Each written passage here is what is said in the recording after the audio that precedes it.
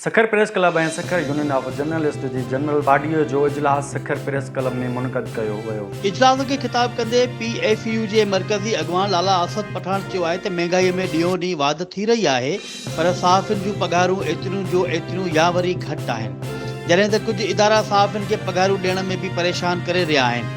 जे मामले ते PFU जे policy वाज़े आहे त जेको बि इदारो सहाफ़ियुनि सां नाजाइज़ी कंदो उन ख़िलाफ़ न सिर्फ़ आवाज़ बुलंद कंदासीं पर एहतियात जा समूरा रस्ता अख़्तियार कया वेंदा, छो त सहाफ़ी आईने वांगुरु माशरे जे मसइलनि खे आला ऐवाननि ताईं पहुचाइनि था, पर उन्हनि जा पंहिंजा मसइला संदन इदारा हल न पिया कनि।